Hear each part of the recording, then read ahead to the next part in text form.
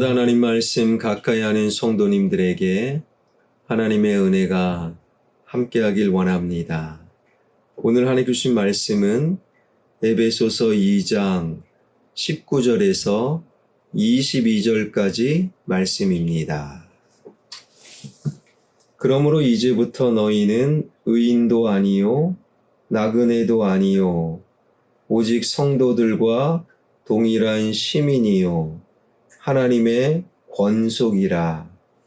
너희는 사도들과 선지자들의 터 위에 세우심을 입은 자라. 그리스도 예수께서 친히 모퉁이 돌이 되셨느니라. 그의 안에서 건물마다 서로 연결하여 주 안에서 성전이 되어가고 너희도 성령 안에서 하나님이 거하실 처소가 되기 위하여 그리스도 예수 안에서 함께 지어져 가느니라. 아멘. 최근에 한 칼럼을 본 적이 있습니다.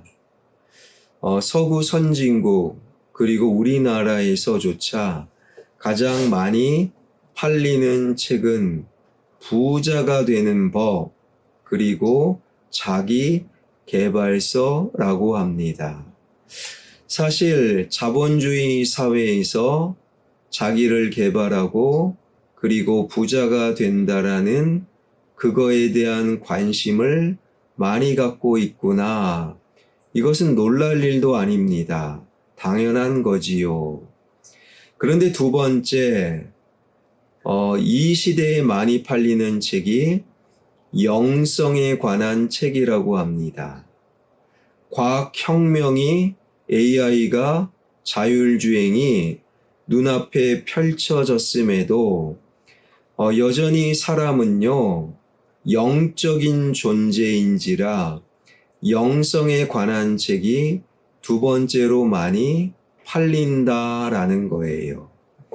그런데 여기서 안타까운 일은요, 영성에 관한 책 가운데 불교에 관한 책은 많이 팔리는 대신 기독교 서적은 많이 팔리지 않는다라는 거예요.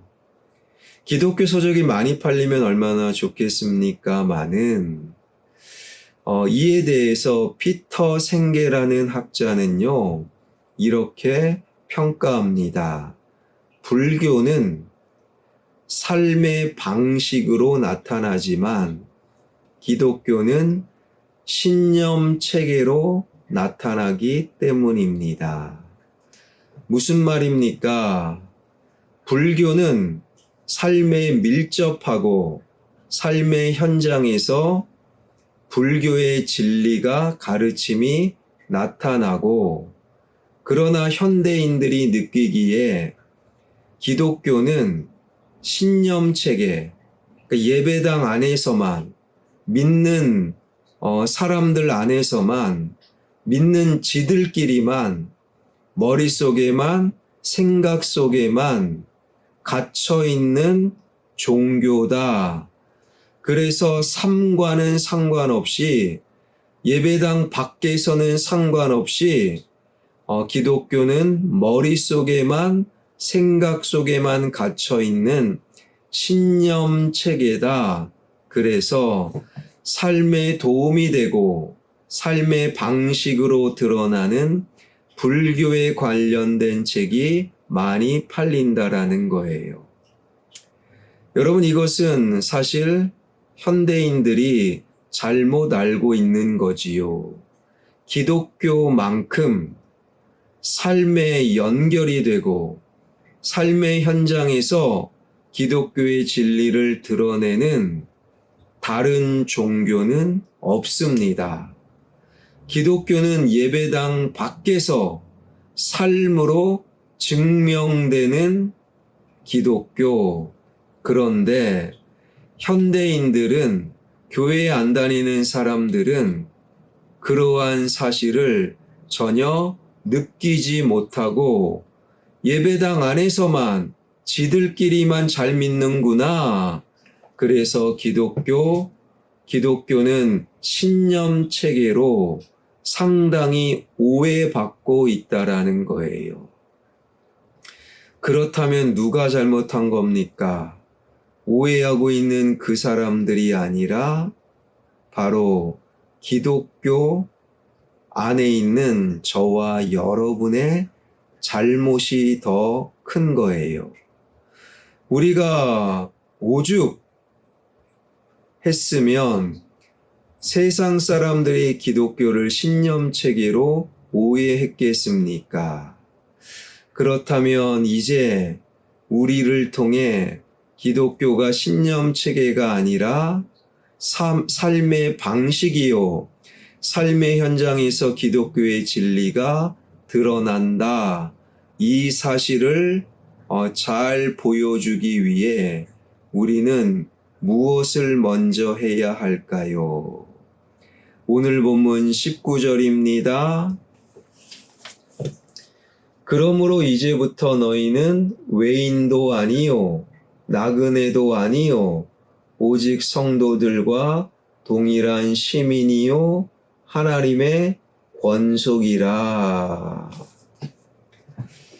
에베소 교회 안에는 유대인 성도들과 함께 이방인 성도들도 많이 있었어요. 그런데 교회 안에 유대인 성도들은 이방인 성도들을 향해 비난하고 너희는 달라, 너희는 이방인이야, 할례도 안 받았어, 선을 딱 그어버리고 있는 거예요. 그리고 이방인 성도들도 유대인 성도들에 대하여 눈치 보고 그리고 열등감을 갖고 있었던 것이지요. 그러나 바울을 통한 하나님의 말씀은 무엇입니까? 다 천국 시민이요 하나님의 권속, 즉 하나님의 자녀라는 거예요.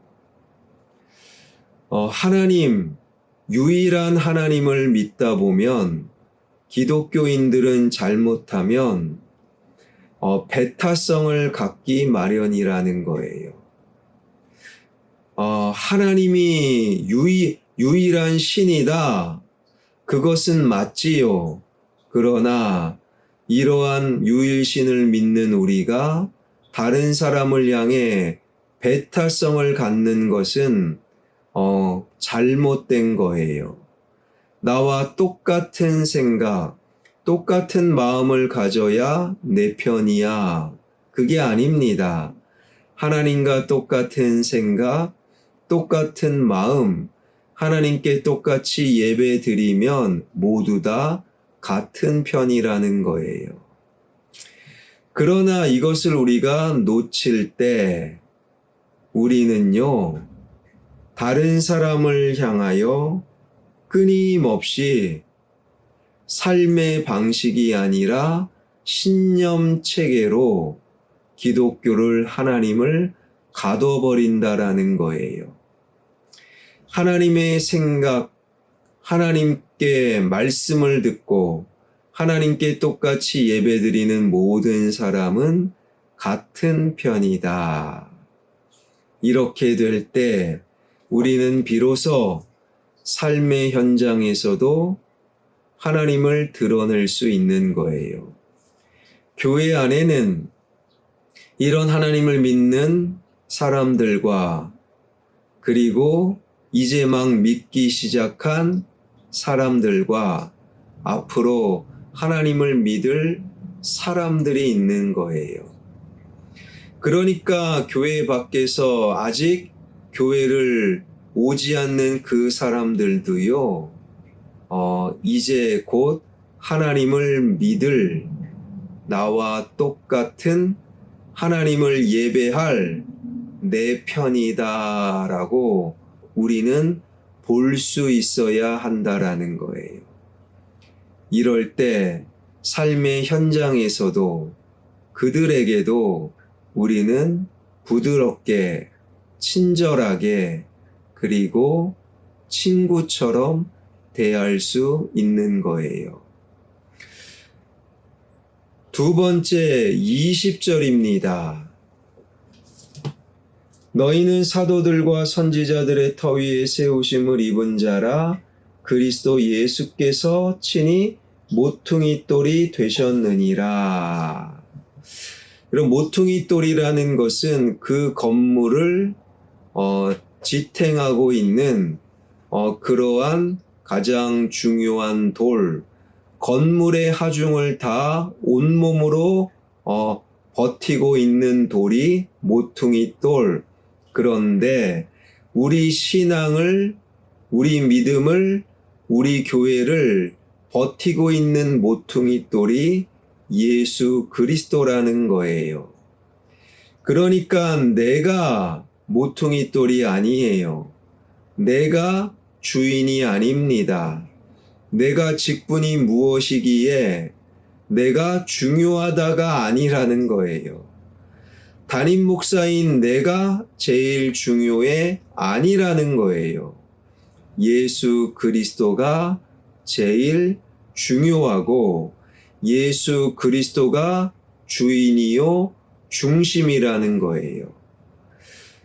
이것을 분명히 할 때 우리는 교회 밖 세상 사람들을 향해 삶의 현장에서도 중요한 예수님을 드러낼 수 있는 거예요.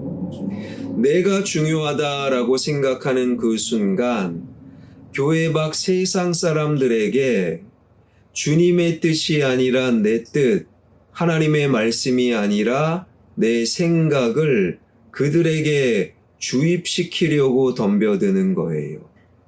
그러다 보면 나는 너하고 생각이 다른데 그리고 그들과 단절될 수밖에 없는 거지요. 그러니까 우리는 내가 주인이 아니에요. 내가 중심이 아닙니다. 내 뜻과 생각을 전하는 게 아니에요. 예수 그리스도가 모퉁이 돌, 예수 그리스도가 중요하고 예수 그리스도가 중심인 거예요. 그래서 예수님의 생각, 예수님의 뜻을 그들에게 드러내고 전하는 것. 그럴 때 교회 밖 세상도 어느덧 예수 그리스도를 알게 되고, 그래, 내 생각이 틀렸어. 예수님의 생각이 맞아. 삶의 현장에서 예수님을 경험할 수 있는 것이지요. 사랑하는 여러분, 기독교는 머릿속에서 지들만 믿어, 지들끼리만 믿어, 이러한 신념 체계가 아닙니다.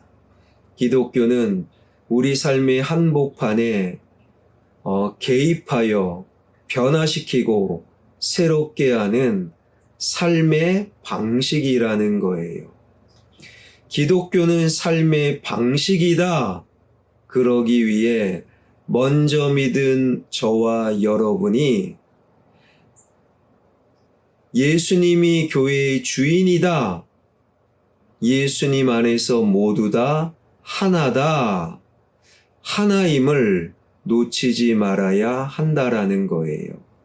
그리고 내 생각, 내 뜻이 아니라 주님의 생각, 주님의 뜻을 그들에게 전할 수 있는, 그래서 삶의 현장에서도 기독교의 진리가 다른 사람을 살리고, 삶에서 기독교의 진리가 다른 사람을 새롭게 할 수 있는 우리 삶으로 나는 그리스도인입니다. 천국 백성입니다. 우리 삶으로 증명해 낼 수 있는 저와 여러분, 우리 모두가 되길 주님의 이름으로 축원합니다. 기도하겠습니다. 저 사람 말하는 것을 보니 교회 다니는 사람이구나. 그것을 넘어서서 그 사람의 삶을 보니 교회 다니는 사람, 예수 그리스도를 믿는 그리스도인이구나. 기독교는 신념 체계가 아니라 삶의 방식임을 기억하고 교회의 주인이신 주님 안에서 우리 모두는 하나입니다. 나도 너도 먼저 믿은 나도 늦게 믿은 너도 앞으로 믿을 너도 우리 모두가 예수님 안에서 하나입니다. 놓치지 않길 원합니다. 아울러 내가 중심이 아니라 중심이신 예수님의 뜻과 생각을 그들에게 세상에 드러낼 수 있는 우리 삶으로 그리스도인됨을 증명하는 우리 모두가 되게 하여 주옵소서. 내 인생의 모든 문제 주님께 맡겨드립니다. 주님, 풀어주시고 열어주시고 찾게 하여 주시고 그리고 해결하여 주옵소서. 치유하여 주옵소서. 회복하여 주옵소서. 주님 붙잡아 주시옵소서. 믿음으로 기도하오니 내 인생에 크고 은밀한 응답을 내려 주옵소서. 예수 그리스도의 이름으로 기도하옵나이다. 아멘.